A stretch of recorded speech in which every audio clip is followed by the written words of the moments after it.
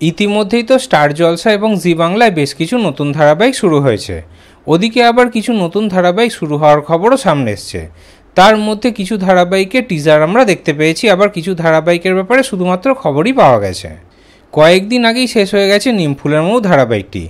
ওই ধারাবাহিকটি শেষ হতে না হতেই ধারাবাহিকের প্রধান নায়ক অভিনেতা রুবেল দাস আবারও নতুন ধারাবাহিকে ফিরেছেন।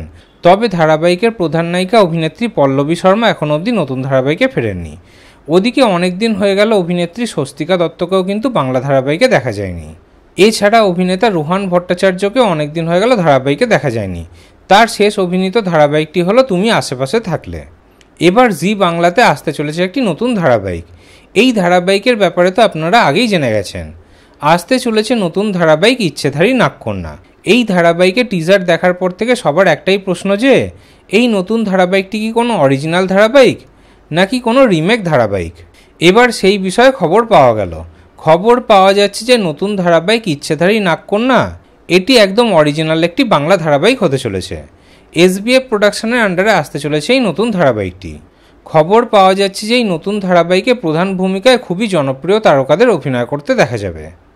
তবে কারা অভিনয় করবেন সেটা এখনও অবধি ফাইনাল হয়নি। তবে অনেক দর্শকরাই চাইছেন যে অভিনেত্রী পল্লবী শর্মা যেন এই নতুন ধারাবাহিকে প্রধান ভূমিকায় অভিনয় করেন।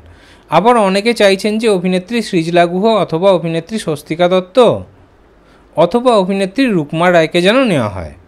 ওদিকে নায়কের ভূমিকায় উঠে আসছে অভিনেতা রোহান ভট্টাচার্যর নাম। তবে কোনো কিছুই কিন্তু ফাইনাল হয়নি। এই নতুন ধারাবাহিকে প্রধান ভূমিকায় কারা অভিনয় করবেন সেই বিষয়ে জানা গেলে সেটাও আপনাদেরকে জানিয়ে দেওয়া হবে। এটি একটি অরিজিনাল ধারাবাহিক, আর ধারাবাহিকটি এসবিএফ প্রোডাকশন আন্ডারে আসতে চলেছে।